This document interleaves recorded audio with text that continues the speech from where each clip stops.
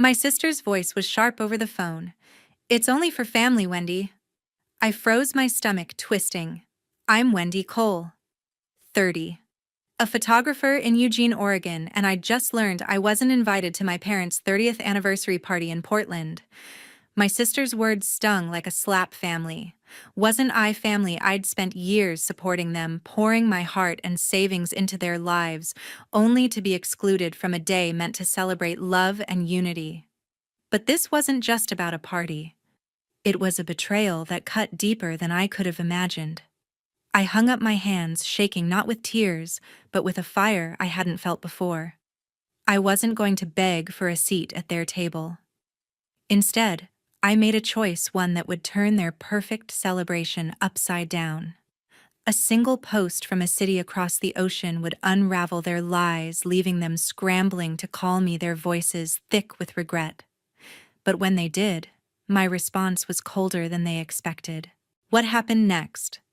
Let's just say my decision to walk away changed everything for me, for them, forever.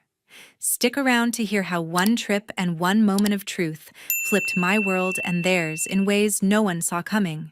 It was Thursday afternoon. I was editing a photo shoot when my sister Cheryl Morgan called.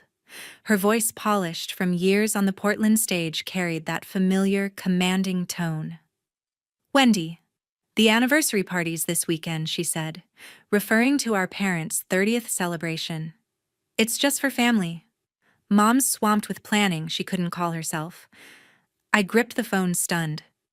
Just for family. I'd spent years holding this family together, and now I was being brushed off like an afterthought. Cheryl, 33, has always been the star of our family. A theater actress, she commanded attention with every performance, her name glowing on marquees. Our parents, especially my mom, Donna Foster, treated her like royalty. Growing up in Eugene, I watched them rearrange their lives for her rehearsals, her auditions, her opening nights, my photography gigs. They were nice, but never worth a family dinner. My dad, Wesley Harris, once called my gallery show a side project even after it sold out. Cheryl's world was center stage. I was just the crew, but I did more than cheer from the sidelines. 2 summers ago, I sent $15,000 to fix our parents' crumbling roof and sagging porch. Mom said, "You're so good to us, Wendy," but it felt like an expectation, not gratitude. Then there was my brother, Zachary Lane, 32, a lawyer in New York. I covered $10,000 of his law school loans when he was scrambling as a junior associate. His response: a quick thanks, sis text. No one mentioned paying me back. It was just what I did, keep the family afloat. Their demands never eased. Last month, Mom texted asking for $2,000 to spruce up the anniversary party. I was stretched thin, but I sent it thinking it was for something small. Then Cheryl called, her tone syrupy.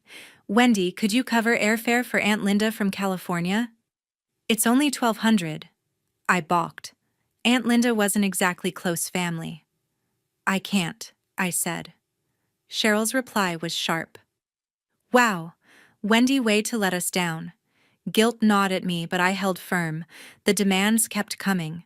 A week later, Mom asked for another $500 for extra catering.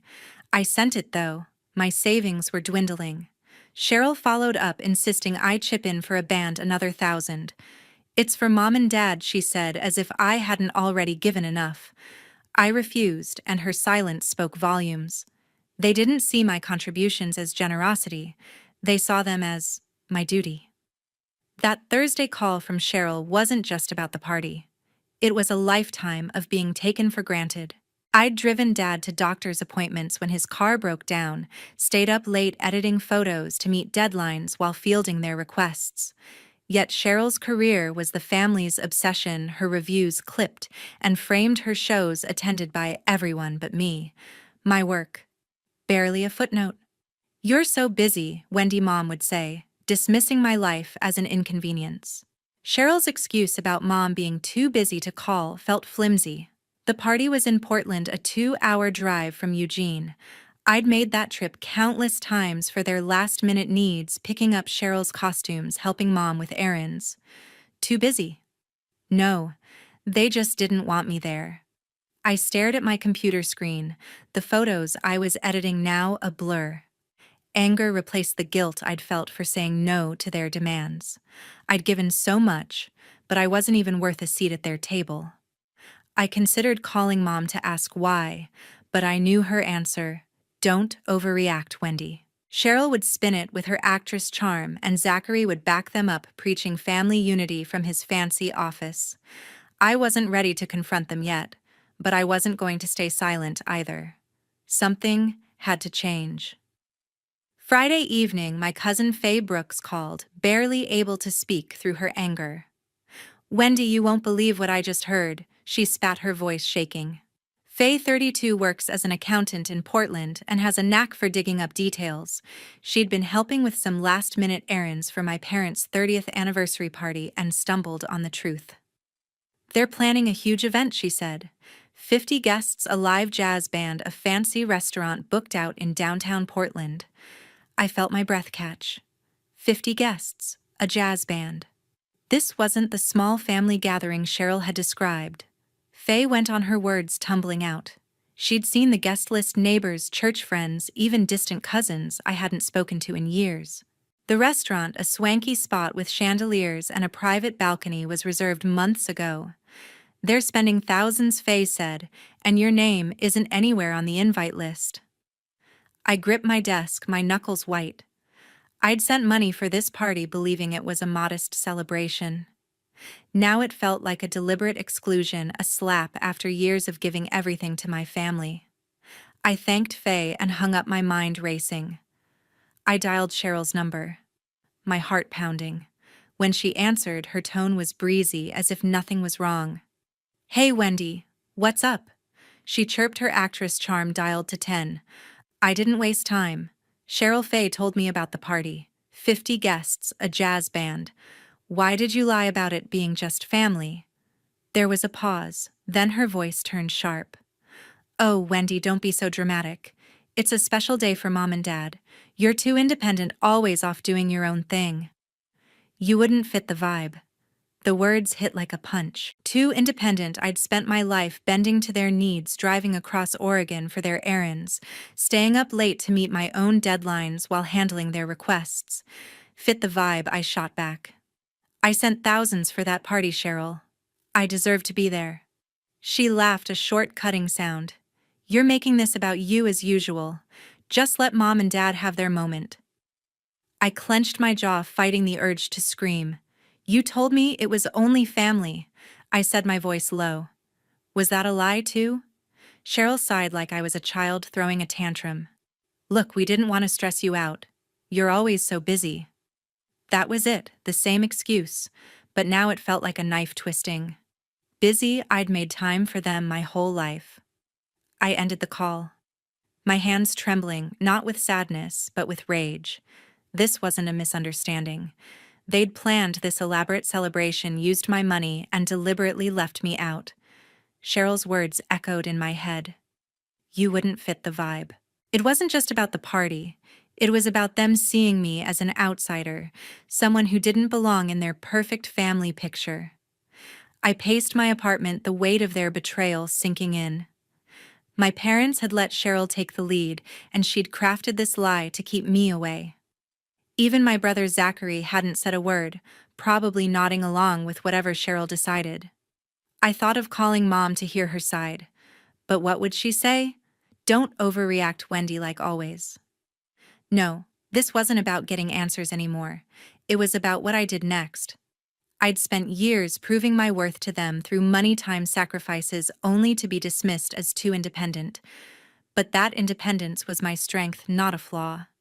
I wasn't going to beg for their approval or a seat at their table. Instead, I'd show them exactly what I was capable of. I'd take back my power, not by arguing, but by living for myself. A plan started forming, one that would shake their world more than they could imagine. Saturday morning, I called Heidi, my best friend who works in travel. After yesterday's call with Cheryl, I was done letting my family define my worth. Heidi picked up on the second ring, her voice bright and steady. "Wendy, what's the plan?" she asked, sensing my urgency. I didn't hesitate. "I need to get away," I said. Somewhere big, somewhere for me? Paris, maybe. Heidi laughed, not mocking but excited. Paris it is. Let's make it unforgettable. Within an hour, Heidi worked her magic. She booked me a first-class ticket to Paris, departing Sunday morning from Portland International. You deserve this, she said, confirming a stay at a boutique hotel in Le Marais with its cozy rooms and rooftop views. She also arranged a private tour to the Eiffel Tower and a morning at a quaint café on the Seine. Go all out, she urged. This is your moment. I felt a spark I hadn't in years, not anger but anticipation. For once, I wasn't planning around anyone else's needs. I spent the rest of Saturday packing, choosing my camera lenses carefully. Photography had always been my escape, my way of seeing the world on my terms. This trip wasn't just a getaway. It was a reclaiming of my life. I'd spent years putting my family first, sacrificing time, money, energy. Now I was choosing myself, and Paris was the perfect stage. Sunday morning, I boarded the flight, my heart lighter with every mile. Landing in Paris felt like stepping into a new skin. The city buzzed with possibility, and I was ready to capture it. That afternoon, I stood at the base of the Eiffel Tower, its iron lattice gleaming against a clear sky. I snapped photos, adjusting my aperture to catch the light just right. At a riverside cafe the next morning, I photographed my coffee cup against the backdrop of passing boats, the steam curling in the crisp air. Each shot felt like a declaration I was here living for me. I posted the photos on social media that evening, a simple carousel of the Eiffel Tower's elegance and the cafe's charm. The caption was short, "Chasing joy in Paris." No mention of my family, no hint of the pain they'd caused. I didn't need to air their betrayal to feel free.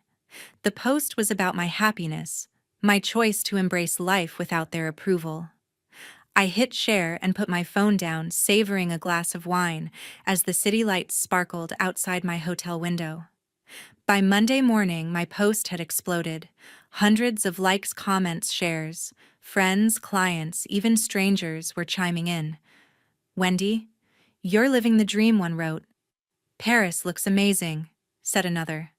I smiled, scrolling through the support. For years, I'd felt invisible, my work overshadowed by my sister's spotlight. Now people saw me not as a daughter or sister, but as a woman carving her own path. The validation wasn't the point. It was the realization that I didn't need my family to feel whole. I thought back to the sacrifices I'd made, time spent on their demands, energy drained by their expectations. Paris was my rebellion, my way of saying I was enough. I walked the cobblestone streets of Le Marais, camera in hand, capturing moments that belonged only to me. A street musician's melody, a couple laughing over croissants, each frame reminded me of the life I could build without their weight. Heidi texted me that evening. "Your post is going viral, girl. Keep shining." I laughed, feeling a warmth I hadn't expected. This trip wasn't about proving anything to my family. It was about proving something to myself. I'd spent too long tying my worth to their approval. Now I was free to create, to explore, to live without their shadows. I didn't know it then, but my post was already rippling beyond my circle. It was reaching people who'd be at that Portland party, people who'd start asking questions. I wasn't thinking about that yet. I was too busy living for the first time in years entirely for myself. Sunday afternoon. In Portland, the anniversary party for my parents was in full swing at a downtown restaurant. 50 guests filled the venue, their laughter mingling with the smooth notes of a live jazz band. Crystal chandeliers cast a warm glow over tables adorned with white linens and floral centerpieces. Waiters glided through the crowd serving hors d'oeuvres and champagne. It was the kind of event Cheryl had orchestrated to perfection, her theater flair evident in every detail. But the mood shifted when my social media post from Paris started making waves. Friends of friends, distant relatives, even church members attending the party saw it pop up on their feeds. The images of me in Paris radiating joy stood in stark contrast to the lies Cheryl had spun about a small family gathering. Whispers spread among the guests. A cousin nudged her husband, showing him her phone. A neighbor leaned over to ask another, "Why isn't Wendy here?" The jazz band played on, but the chatter grew louder, more pointed.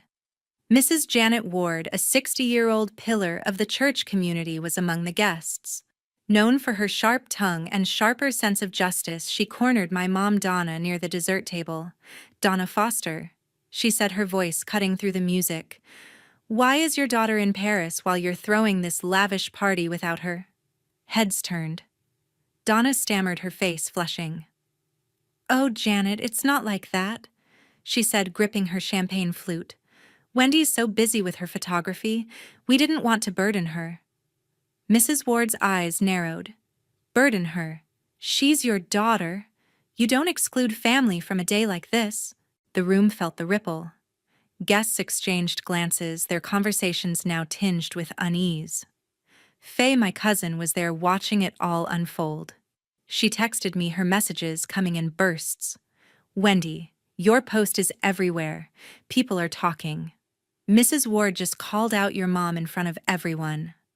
I read the texts in my Paris hotel room, my heart racing. I hadn't meant to cause a scene. My post was about my freedom, not their party. But the truth was out, and it was shifting the air in Portland. Faye's next message hit harder. "It's tense here. Some guests are leaving." The band's upbeat tempo couldn't mask the growing discomfort. A family friend slipped out after murmuring to his wife about family drama. Another guest, a church acquaintance, asked Cheryl why I wasn't invited. Cheryl, ever the performer, tried to laugh it off. "Oh, you know Wendy," she said, tossing her hair. "She's always off on her own adventures." But her smile faltered as more eyes turned her way, skeptical. Mrs. Ward wasn't done. She pulled Donna aside again, her voice low but firm. "I saw Wendy's post," she said. "She's not too busy. She's hurt." "What kind of family leaves out their own?" Donna's eyes darted, searching for an escape. "It was just a mix-up," she insisted, but her words sounded hollow. Guests nearby overheard their murmurs growing. The celebration meant to honor my parents' love was unraveling under the weight of their choices. Faye kept me updated. "Your brother Zachary's trying to smooth things over, but it's not working." Zachary, always the loyal son, told a group of guests. I was fine and just doing her thing. But his defense only fueled the questions. Why hadn't they invited me? Why lie about a small gathering? The party's sparkle dimmed as more people checked their phones, my Paris post now shared across local circles. I sat in my hotel room reading Faye's texts, feeling a strange mix of guilt and vindication. I hadn't planned to disrupt their night, but I wasn't sorry either. For years, I'd been the one smoothing over their messes, funding their needs, swallowing their dismissals. Now my absence was louder than any argument I could have made. The party continued, but Faye said the energy was off. By evening, nearly a dozen guests had left early, their goodbyes curt.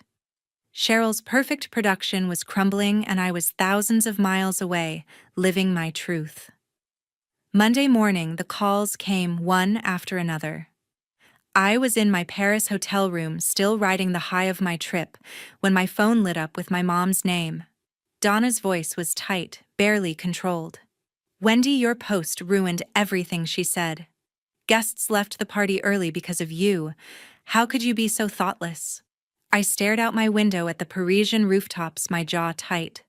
Thoughtless, I'd only shared my joy, not their secrets. "Mom, I didn't mention the party," I said, keeping my tone even. "Maybe people left because they saw the truth." She gasped, then hung up. Next was Cheryl, her voice dripping with accusation. "Wendy, your little stunt turned the party into a disaster," she snapped. "Everyone was whispering about you not being there. You made Mom and Dad look awful." I laughed, sharp and bitter. "I made them look awful. Cheryl, you lied about the party being just family." She ignored that, her tone shifting to a plea. "Just take the post down, okay? For Mom and Dad." The audacity hit me hard. After years of bending to her demands, she thought I'd cave again. Do we even know each other? I asked, my voice cold. You don't get to tell me what to do anymore. There was silence, then a click as she hung up. Zachary called minutes later, his lawyerly calm infuriating. Wendy, you stirred up unnecessary drama, he said. You could have just talked to us. I gripped my phone, picturing him in his New York office, always siding with Cheryl. Talk to you? I shot back. You all lied to me, Zachary. I'm done playing the dutiful sister. He sighed like I was a client he had to placate. You're blowing this out of proportion, he said. I ended the call before he could lecture further. By noon, I saw Zachary's social media post. Some people thrive on drama, he wrote, choosing selfies over family. Sad. The jab was clear, he meant me. Comments piled up, some agreeing, others defending me. Wendy's just living her life. One friend wrote. I didn't respond. Let him paint me as the selfish drama queen. I knew the truth, and so did the people who mattered. I was still reeling when Heidi called, her voice a welcome contrast. Wendy, I saw the chaos online, she said, laughing. Your family's losing it, but you're killing it. Heidi Hart. My best friend had been my anchor through this. Don't let them drag you down, she urged. You're in Paris living your truth. Keep going. I smiled, her words cutting through the noise. I'm not stopping, I told her. This is for me now. Their calls left me shaken but resolute. Donna's blame, Cheryl's pleading, Zachary's post, they weren't apologies. They were attempts to pull me back into their orbit, to make me feel small so they could feel justified. But I wasn't the one who'd lied or excluded.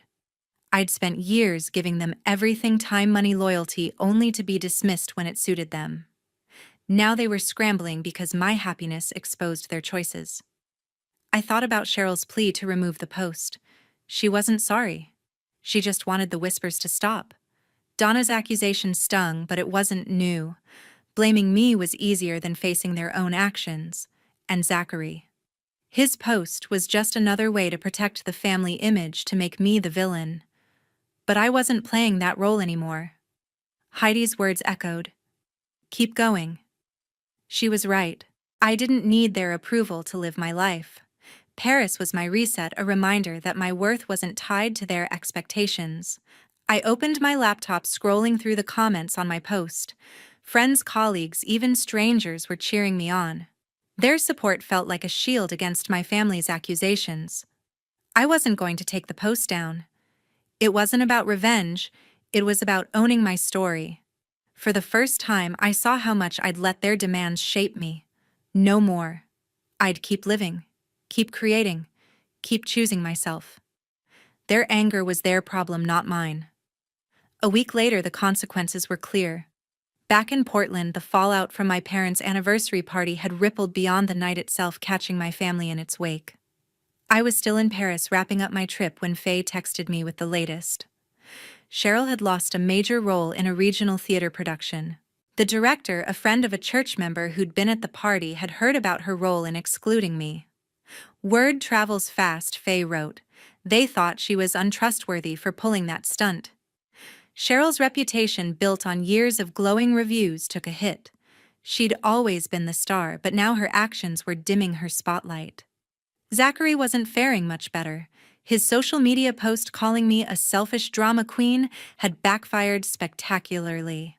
A colleague at his New York law firm saw it and flagged it to their HR department, citing unprofessional conduct. Faye heard from a mutual friend that Zachary was called into a meeting with his boss. They warned him about damaging the firm's image, Faye texted. He was up for a promotion, but that's gone now. I could picture Zachary in his polished suit, scrambling to explain himself. His attempt to paint me as the villain had cost him more than he'd expected. Back in Eugene, my parents, Donna and Wesley, were feeling the sting too. Their church group, usually a tight-knit circle, had started pulling away. Mrs. Janet Ward, the outspoken church member who'd confronted Donna at the party, wasn't letting it go. She'd shared the story with others, framing it as a betrayal of family values. At their weekly potluck, Faye said several members skipped Donna and Wesley's table, offering only curt nods. One friend, a longtime choir member, told Donna directly, "You should have invited Wendy. It wasn't right." Donna tried to brush it off with a smile, but Faye said her hands shook as she served pie. I was editing photos from my Paris trip when Donna called, her voice softer than before. "Wendy, can we talk?" she asked. "Maybe you could come home and we could sort this out as a family." I stared at my laptop, the Eiffel Tower glowing on the screen. Sort it out. They hadn't apologized, hadn't acknowledged the lies or the years I'd been sidelined. "Mom, I'm not ready," I said, my tone firm but calm. "I need to focus on my life right now." She paused, then said, "We just want things to go back to normal." Normal for them meant me falling back in line, giving without question. I ended the call feeling lighter than I expected. I turned my attention to my photography career, the one constant that had always been mine. My Paris post had caught the eye of a local gallery owner who emailed me about a potential exhibit. I spent hours curating my portfolio, selecting shots that captured not just Paris, but my newfound sense of self. Each image, streetlights reflecting on cobblestones, a child chasing pigeons, was a step toward building a life that didn't revolve around my family's approval. Faye kept me updated on the fallout. Cheryl had called her furious, blaming me for her lost role. "She thinks you planned this," Faye texted. I hadn't. My post was about my joy, not their ruin. But I couldn't deny the satisfaction of watching their actions catch up with them. Zachary, too, was quieter now, his social media silent after the firm's warning. Donna and Wesley faced whispers at every church event, their standing fraying with each cold shoulder. I thought about what normal had meant for so long, me giving them, taking my worth measured by their needs. That wasn't a family. It was a transaction. I wasn't angry anymore, just clear. I didn't need their validation to thrive.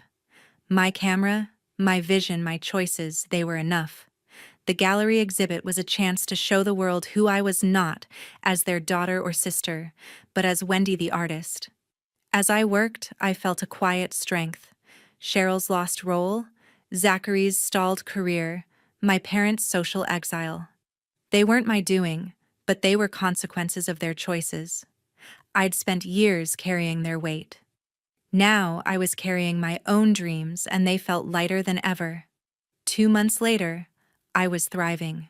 Back in Portland, I'd signed a contract with an international travel magazine, a dream I'd tucked away for years. They wanted a series of photo essays on European cities, starting with my Paris shots. The editor had seen my work online and called it vibrant, soulful, uniquely human. I spent days in my studio planning trips to Rome and Lisbon, my camera ready to capture new stories. Each click of the shutter felt like a step into a life I'd built myself, free from the shadows of my family's expectations. I'd cut off all contact with Donna, Wesley, Cheryl, and Zachary. Their calls and messages, pleas, excuses, accusations went unanswered. Donna sent a long text begging for a family meeting to fix things. I read it, then archived it. Wesley left a voicemail, his voice heavy. "Wendy, we're still family." I deleted it. Cheryl tried emailing, her tone a mix of charm and desperation, asking me to move past this. I didn't reply. Zachary silent since his failed social media jab sent nothing. I blocked their numbers, not out of anger, but clarity. They'd shown me who they were, and I was done trying to fit into their version of family. My inbox was now filled with opportunities, not their demands. The magazine contract was just the start. A local art gallery confirmed my solo exhibit set to open in spring. Clients reached out for portrait sessions, drawn by the buzz around my Paris post. I worked late into the night editing photos, sketching ideas for new projects. My apartment, once a refuge from their endless requests, was now a creative haven filled with prints and plans for the future. Faye texted occasionally, updating me on their world. Cheryl was scrambling to rebuild her reputation, auditioning for smaller roles. Zachary kept his head down at work, his promotion hopes dimmed. Donna and Wesley faced strained smiles at church, their social circle still cool. I didn't revel in their struggles. I simply didn't care anymore. Their choices had consequences, and I wasn't responsible for fixing them. My focus was on my own path, one I'd paved with my talent and resilience. Looking back, I saw the lesson clearly: choosing myself was the truest path to happiness. For years, I'd poured my energy into a family that took without giving, that dismissed me when it suited them. I'd believed love meant sacrifice, that loyalty meant erasing my own needs. But their betrayal, excluding me, lying, blaming me, showed me otherwise. Happiness wasn't in their approval, it was in my own hands. I found it in the streets of Paris, in the lens of my camera, in the life I was building. Even if they turned their backs, I was whole. I thought about the people who'd followed my story, the ones who'd commented on my post, sent messages of support.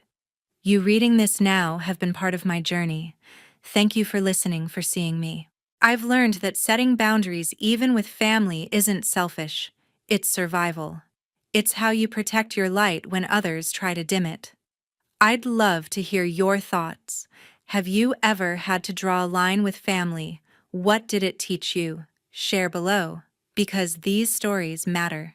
They remind us we're not alone in choosing ourselves.